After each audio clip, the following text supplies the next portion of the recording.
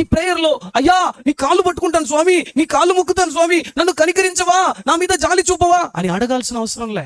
ఇది ఏదైనా తోట, ఇట్స్ లైఫ్. నిన్ను తీసుకొచ్చి లోపల పెట్టిండే ఒకే ఒక ఉద్దేశమే, నిన్ను దీవించడానికి. ఈరోజు ప్రార్థనలో వేస్ట్ మాటలు ఎక్కువైపోయినాయి. కొంతమంది ఇదే పనిగా చెప్తారు, ఇలా చేస్తేనే ప్రేయర్ దేవుడు వింటాడు. ఎవరు చెప్పింది? యేసుప్రభు చెప్పాడా? ఒకళ్ళు లేచి 3/4 గంట నరు రూల్ పెడుతున్నారు, 3 గంటలు ప్రార్థన చేయాల్సింది. దేవుని బిడ్డలారా, బైబిల్ మనకు నేర్పిస్తున్న ప్రార్థన వేరే, ప్రజలు మనకు నేర్పిస్తున్న ప్రార్థన.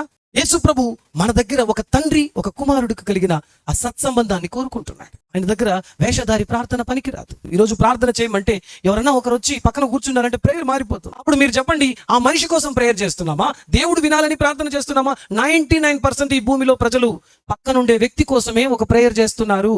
భర్త ఉన్నాడంటే ప్రేయర్ వేరే, భార్య ఉందంటే ప్రేయర్ వేరే, ఒక ఆఫీసర్ వచ్చారంటే ప్రేయర్ వేరే. అయ్యగారు వింటున్నారు, ఈరోజు దేవుడు నేర్పించిన పద్ధతి ప్రకారం పోయినప్పుడు నువ్వు తొందరగా అద్భుతాలు పొందుతావు.